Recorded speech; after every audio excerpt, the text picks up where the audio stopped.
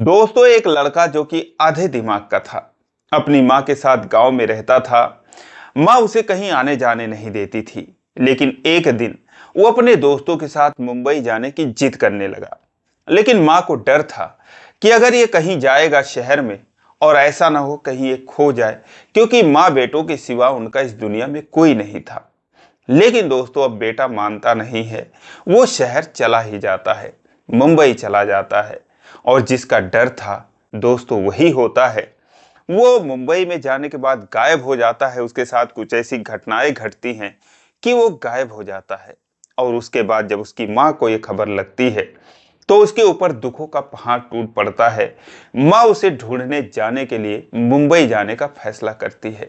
और उसके बाद दोस्तों, वो मुंबई जाती है, दर दर की ठोकरें खाती है। सालों गुजर जाते हैं मुंबई के सड़कों की खाक छानते छानते। दोस्तों, एक दिन कुछ ऐसा होता है कि जिसकी कल्पना भी नहीं की जा सकती। दोस्तों, एक बहुत ही भावुक कर देने वाली कहानी है। ये जानते हैं पूरी कहानी इस वीडियो में।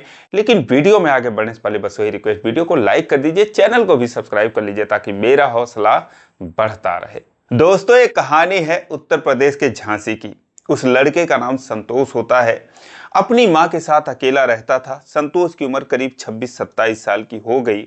उसकी शादी नहीं हुई क्योंकि कोई उसको पसंद नहीं करता था। दिखने में अच्छा खासा था, ठीक ठाक था, लेकिन दिमाग कम था। 10-20, 100-50 के नोट पहचान लेता था। लेकिन अगर 10-10 के 10 नोट दे दो और उसको बताओ ये कितने रुपए हैं, दोस्तों वो गिन नहीं पाता था। और हमेशा माँ के आसपास ही रहता था। माँ की उम्र भी 60 साल हो चुकी थी। उसके पिता थे नहीं। वो गांव में ही मेहनत मजदूरी करता था, अपना और अपनी माँ का पेट पालता था। लेकिन जब उसके दोस्त जो गांव के लड़के थे, वो जब मुंबई से आते थे या किसी भी शहर से आते थे, तो उनका रहन सहन वो देखता था, तो भी लालायित होता था कि यार मैं भी शहर जाऊं और वहां पे कुछ ज्यादा पैसे कमाऊं। लेकिन अपनी माँ से कहता था, माँ जाने नहीं देती थी, क्योंकि वो कहती थी अभी तक तो तू बाजार भी नहीं जाता है। मुझे डर लगता है कि बाजार भी जाएगा तो खो जाएगा। तो मुंबई कहाँ जाएगा बेटा, जाने की जिद मत कर। लेकिन वो मानता नहीं है। उसके दो दोस्त थे, एक का नाम नीरज था, एक का नाम राजेश होता है। तो इन दोनों दोस्तों के साथ वो अपनी माँ से कहता है कि माँ ये लोग मुंबई जा रहे हैं और मैं भी जाऊंगा। 2 दिन बाद वो जा रहे थे। अब वो खाना पीना छोड़ देता है। माँ लाख समझाती है लेकिन मानता नहीं है। उसके बाद उसकी माँ कहती है ठीक है। वो राजेश को और नीरज को अपने पास बुलाती है और कहती है बेटा ऐसा है, जाने की जिद कर रहा है तो तुम इसको ले जाओ, लेकिन बेटा इसका साथ मत छोड़ना, इसको अपने साथ ही लिए रहना और कुछ दिन घुमाने के बाद इसको बेटा ले आना, क्योंकि इसके सिवा मेरा इस दुनिया में कोई नहीं है। और राजेश और नीरज कहते हैं कि चाची आप टेंशन मत लो, हम लेके जाएंगे, इसको अपने साथ ही रहेंगे, रखेंगे और उसके बाद लेकर चले आएंगे। दोस्तों, वो चला जाता है। मुंबई में वो लोग जाते हैं, एक जगह होता है शाकी नाका। वहां पर ये लोग रूम लेकर रहते थे और यही मार्बल पत्थर घिसाई का काम करते थे। तो ये लोग मुंबई पहुंच जाते हैं। संतोष बहुत खुश था शहर में जाने के बाद। लेकिन दोस्तों, अब कुछ दिनों के बाद जो राजेश था और जो नीरज थे, ये दोनों पीने के आदी थे, नशे के आदी थे, पीने खाने में मस्त हो जाते थे। सारा काम ये लोग संतोष से करवाते थे, चाहे खाना बनवाना हो, चाहे कपड़े धुलवाना हो, सारा कुछ काम वो लोग संतोष से करवाते थे। इसे काम पर ले जाते थे, जो इसका पैसा मिलता था उसका ये लोग दारू शराब पी लेते थे। संतोष परेशान हो गया क्योंकि ये दिन रात उससे काम ही करवाते थे। तो वो जो है जब उनको बोलता था तो उसे धमकी देते थे, मारने भी दौड़ते थे, मारते भी थे और कहते थे कि ज़्यादा बोलेगा तो यही मुंबई में तुझको छोड़ दूंगा, तुझे गांव हम लोग ले नहीं जाएंगे। दोस्तों, किसी तरीके से वो डर डर के सारा काम करता रहा। जब 4-6 महीने बीत गए तो वो कहता रहा कि मुझे गांव भेज दो, लेकिन फिर भी वो लोग कहते कि जब हम चलेंगे तभी चलना पड़ेगा। अब दोस्तों, क्या होता है कि जो संतोष था उसकी तबीयत खराब हो जाती है, टाइफाइड हो जाता है उसको, वो बुखार से तड़पने लगता है।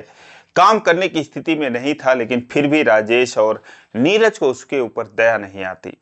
वो उससे सारा काम जैसे करवाते थे वैसे ही करवाते हैं। अब जो संतोष था उसकी हिम्मत जवाब दे जाती है और एक दिन जब ये बुखार में था, अपने कमरे पर ये दोनों काम पर गए थे, तो दोस्तों एक झोले में अपना एक सेट कपड़ा रखता है और उसके बाद जो भी 10-12 हजार रुपए थे जो कि संतोष और राजेश जहां पर रख रहे थे, उसको पता था कि यहीं पर ये लोग पैसे रखते हैं, वो पैसे निकालता है और वहां से वो भाग लेता है।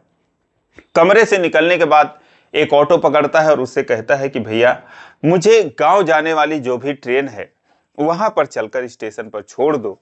दोस्तों ऑटो वाला उसको लेके जाता है और किस स्टेशन पर लेके जाता है उसको यही नहीं पता। उसके बाद जब वो पैसे देने लगता है, उसके ऑटो के किराए अपने जेब से पैसे निकालता है, तो ऑटो वाला जब देखता है कि इसके जेब में इतना पैसा है तो दोस्तों उसकी नीयत बदल जाती है। वो उससे कहता है अरे यार ये स्टेशन नहीं है, दूसरे स्टेशन फिर से बैठो तुम। अब दोस्तों उसे वो फिर से बिठा लेता है और उसके बाद एक सुनसान जगह पर जाता है, उससे मारपीट करता है, वो पैसे छीन लेता है और उसे वहीं पर छोड़ देता है। अब दोस्तों संतोष क्या करता, उसके पास रोने के अलावा और कोई चारा नहीं था, वहीं पर वो बैठ जाता है। धीरे धीरे जो है शाम हो गई, रात हो गई, वो इधर उधर भटकता है, सोचता है कहीं वो लोग ना आ जाएं और मुझे मारने लगे क्योंकि मैं पैसा लेकर आया हूँ। कमरे पर भी जाने की कोशिश करता है लेकिन उसे कुछ नहीं पता था, ये नहीं पता था वो कहाँ पर है। और इधर ये लोग जब आते हैं कमरे पर तो जब देखते हैं कि संतोष और पैसा ये दोनों गायब, उसके बाद वो समझ जाते हो ना हो ये गांव जाने के लिए गया होगा। और स्टेशन पर जाते हैं तो एक कुर्ला जाता है, एक बांदरा जाता है, वहां पर ये दोनों ढूंढते हैं लेकिन संतोष का कहीं पता नहीं चलता क्योंकि उसे तो ऑटो वाले ने कहीं और छोड़ दिया था। फिलहाल वो रोता है, भटकता है, 2-3 दिन बीत जाते हैं। दिन में इधर उधर जो है पैसे तो एक भी नहीं बचे थे उसके पास, कुछ मांग के खा लेता था और शाम को जहां भी सड़क पर रात हो गई वहीं पर सो जाता था। एक दिन वो बैठ के रो रहा था, तभी दो दंपत्ति जो कि बूढ़े थे, एक ज्ञानचंद्र करके आदमी थे और वो अपनी पत्नी के साथ मॉर्निंग वॉक पर निकले हुए थे। जब वो बैठ के रो रहा था तो उसके पास जाते हैं और कहते हैं कि क्या हुआ, क्यों रो रहे हो। फिर वो कहता है कि मुझे जो है मेरी माँ के पास जाना है, रोते हुए कहता है। ज्ञानचंद सोचते हैं कि 27-28 साल का ये युवक है और अगर माँ के लिए रो रहा है तो जरूर ये बहुत भोला है और माँ को याद कर रहा है, इसके साथ कुछ अनहोनी हुई है। फिलहाल वो उसके पास बैठ जाते हैं, एक बोतल पानी ले रखे थे, उसे बोलते हैं ये लो पी लो, मुंह धो लो। और उसके बाद इत्मीनान से पूछते हैं तो वो सारी कहानी अपनी बता देता है। उसके बाद वो कहते हैं कि कहाँ रहते हो, तो दोस्तों अब वो जिले का भी उसे नाम नहीं पता था कि मैं झांसी का रहने वाला हूँ, बस यही बोलता है कि मैं यूपी का रहने वाला हूँ, उत्तर प्रदेश का हूँ। इसके अलावा उसे कुछ नहीं पता था। गांव का नाम भी बता देता है लेकिन अब गांव के नाम से उनको कहाँ पता कि किस गांव का है ये। दोस्तों उसके बाद वो लोग कहते हैं अच्छा ठीक है तुम चलो मेरे साथ, हमारे घर पे चलो। दोस्तों वो लोग उसे लेकर, वो जोगेश्वरी पहुंचा हुआ था उस समय, वहां पर वो जाता है तो अपने घर पर लेकर जाते हैं। वहां पर एक लड़की थी जिसका नाम शालू होता है। उससे कहते हैं कि ऐसा है शालू, इसके लिए कुछ नाश्ता लेकर आओ, बेचारा परेशान है। शालू लाती है, खाना वगैरह उसको देती है, वो खाता है। उसके बाद नहाता धोता फ्रेश होता है और सो जाता है। और जब सोता है तो दोस्तों फिर शाम हो जाती, जब उठता है उठ के फिर रोने लगता है, माँ माँ कह के रोने लगता है। तो शालू उसके पास आती है, कहती है कि क्या हुआ, क्या परेशानी है, तुम कहाँ के रहने वाले हो। कहता है मुझे माँ के पास जाना है। कहती है माँ कहाँ पर है। तो फिर शालू को भी वही सारी कहानी बताता है। तो अब दोस्तों शालू भी उसकी कहानी सुनकर रोने लगती है, कहती है कि तुम्हारी तो माँ है, मेरा तो इस दुनिया में कोई नहीं है। अगर सच पूछो तो ये जो हैं यही मेरे माता पिता हैं, जो भी कुछ है यही मेरे भगवान हैं। ज्ञानचंद्र और उनकी पत्नी को बताती है। दोस्तों जो उसकी कहानी थी उसकी भी अजीब सी कहानी थी। जो ज्ञानचंद थे उनकी पत्नी थी, इनकी कोई औलाद नहीं थी। दोनों लोग सरकारी नौकरी करते थे और जब तक इन दोनों के अंदर ताकत थी अपना अकेले रहे। जब रिटायर हो गए ताकत कम हुआ, साहस घटा, तो दोस्तों फिर ये अनाथ आश्रम वगैरह या वृद्धाश्रम वगैरह मंदिरों में ये दान वगैरह करते रहते थे क्योंकि इनका कोई खर्चा था नहीं, सैलरी आती थी, अपना इन्होंने अच्छा सा घर बना लिया था। तो फिर ये अनाथ आश्रम में जाते हैं और फिर शालू जो थी उस समय 13-14 साल की थी, उसको वो लोग अपनी सहायता के लिए ले आते हैं। उसे अपने एक हिसाब से बच्चे की तरह मानते हैं और वो भी उनको माँ बाप की तरह मानने लगती है। पिछले 10 सालों से जो शालू थी वो इन्हीं के पास रह रही थी। तो ये शालू की कहानी थी। वो सारा कुछ बताने लगती है कि पता नहीं मेरे माता पिता कौन हैं, लेकिन मैं तो उन्हें भूल चुकी हूँ, अब यही मेरे माता पिता हैं, बहुत दयालु हैं, तो अब तुम्हारे साथ भी कुछ ना कुछ करेंगे। दोस्तों उसके बाद अब जो शालू थी वो भी कम दिमाग की ही थी, उसके पास भी इतना दिमाग नहीं था। ये था कि घरेलू काम कर लेती थी, सब्जी वगैरह ले आती थी और इनकी खूब सेवा करती थी। अगर इतनी चालाक होती तो दोस्तों वो कुछ भी करके, इसीलिए वो लोग उसे लाए ही थे कि ज़्यादा चालाक ना हो, क्योंकि अकेले थे, कोई उनके साथ वो चालबाजी ना करे। तो इसीलिए वो शालू को ले आए थे और घर में उसको जो है जो भी कुछ पढ़ा सकते थे पढ़ाए लिखाए थे, और घर में ही वो रहती थी, कहीं काम वगैरह पर भी नहीं जाती थी, क्योंकि इनका पेंशन आता था ज्ञानचंद और उनकी पत्नी का, तो पैसों की तो कोई कमी थी नहीं। अब वो लोग जो शालू थी उसकी शादी करने के बारे में सोच ही रहे थे, लेकिन कोई लड़का ऐसा नहीं उनको मिल रहा था कि जो वो शालू को पसंद करता या फिर उससे शादी करता।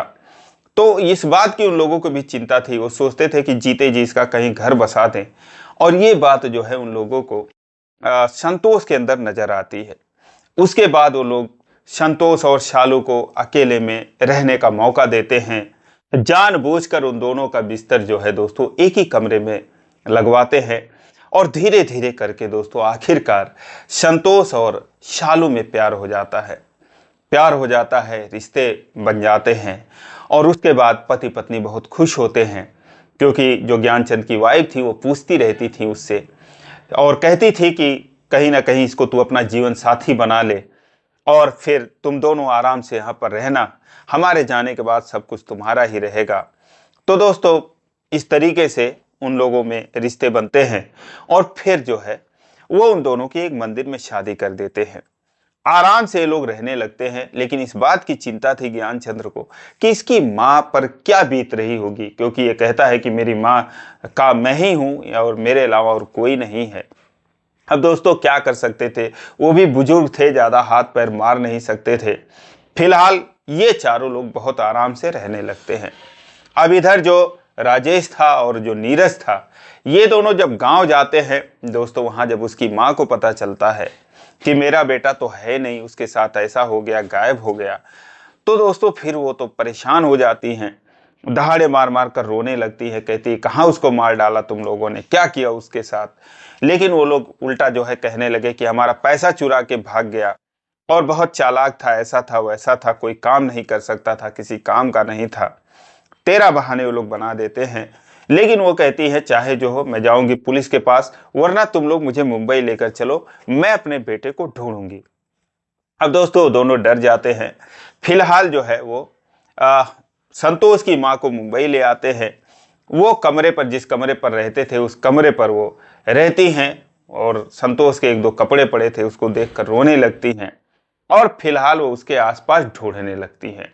सुबह निकलती थी, ज़्यादा दूर जाती नहीं थी, क्योंकि उन्हें भी डर था कहीं मैं भूल ना जाऊं, और उसके बाद फिर कमरे पर आ जाती थी। 15 दिन, 1 महीने उन्होंने इधर उधर ढूंढा। फिर जब पूरा आसपास के 1-2 किलोमीटर एरिया का खाक छान लिया, उन्हें पता चल गया कि यहाँ पर वो नहीं है, और उसके बाद दोस्तों फिर वहाँ से वो निकलती हैं। ये कमरा भी छोड़ देती हैं, इनका साथ भी छोड़ देती हैं। खाने को कुछ नहीं था दोस्तों। अब सड़क पर जो भी मिलता था जिससे कुछ मांग लेती थी, खाती रहती थी, सड़क पर घूमती रहती थी, रोती रहती थी, संतोष को ढूंढती रहती थी, और जहां रात हो जाता था वही सड़क पर जो भी कुछ मांग के रखी थी वो खा के सो जाती थी। ऐसा उनका सिलसिला चलता रहा। कई बार बीमार हुई, कितना उन्होंने परेशानियों का सामना करना पड़ा उनको। कभी कभी लगा कि जैसे उनकी जान ही नहीं बचेगी। किसी किसी से चर्चा भी करती थी कि मेरा एक बेटा है, मैं उसे ढूंढ रही हूँ। लोग यही कहते कि मुंबई नगरी में अगर कोई आया तो पता नहीं उसके साथ क्या हो गया होगा, पता नहीं जिंदा भी होगा कि मर गया होगा, तुम जो है यहाँ से लौट जाओ। लेकिन दोस्तों वो मानने को तैयार नहीं थी। वो कहती थी नहीं, मेरा दिल कर रहा है कि वो जिंदा है, और अगर उसके साथ कुछ हो भी गया है तो मैं भी जो है यहीं पर रहूंगी, यहीं पर मर जाऊंगी, उसके बिना जाने का मन ही नहीं करता, फायदा क्या है। दोस्तों उसके बाद वो ढूंढती रही, साल दर साल बीतते गए, 3 साल बीत गए। 2014 से लेकर 2017 आ गया। ढूंढते ढूंढते ढूंढते ढूंढते उस इलाके में पहुंचती हैं जहां पर जो है संतोष दोस्तों रहता था, और शालू जो है उसकी पत्नी रहती थी। वो दोनों लोग जो पति पत्नी थे, ज्ञानचंद्र और उनकी पत्नी, वो रहते थे वहां पर। जब वो कुछ दिन तक भटकती रही तो एक दिन दोस्तों वो शाम को सड़क पर खड़ी थी, और जो शालू थी वो दोस्तों मार्केट जा रही थी सब्जी लेने के लिए। सब्जी लेने जा रही थी और संतोष की माँ के पास कुछ था नहीं, सोची कि कुछ मांग लूं इनसे। उनसे मांगती हैं, 2-4 रुपए पाती हैं। उनके सामने जब शालू आती है तो उससे कहती हैं कि बेटा कुछ पैसे दे दो। जब शालू उनको देखती है तो दोस्तों तुरंत पहचान जाती है, क्योंकि संतोष की माँ की जो शक्ल थी उसी के शक्ल का लगभग संतोष भी था, चेहरा दोनों का मिल रहा था। जैसे वो देखती है तो कहती है कि मम्मी। जब मम्मी सुनती है संतोष की माँ तो चौंक जाती है, कहती है बेटा आपने मुझे मम्मी कहा। उन्होंने कहा कि आप किसी को ढूंढ रही हैं, संतोष को ढूंढ रही है क्या? अब दोस्तों जैसे ही संतोष नाम सुनती हैं तो वो रोने लगती हैं, चिल्ला चिल्ला कर कहती हाँ मैं ढूंढ रही हूँ, क्या तुम उसे जानती हो, वो कहाँ पे है? दोस्तों वो रोने लगती है, कहती है कि हाँ मम्मी मैं उनकी पत्नी हूँ। और उसके बाद दोस्तों फिर वो उसके गाल वगैरह चूमने लगती हैं कि मेरी बहू है। पूछती है कहाँ है मेरा बेटा। उसके बाद उस संतोष की माँ को लेकर उस घर में जाती है जिस घर में संतोष रहता था। अब वो काम करता था, काम से आ चुका था।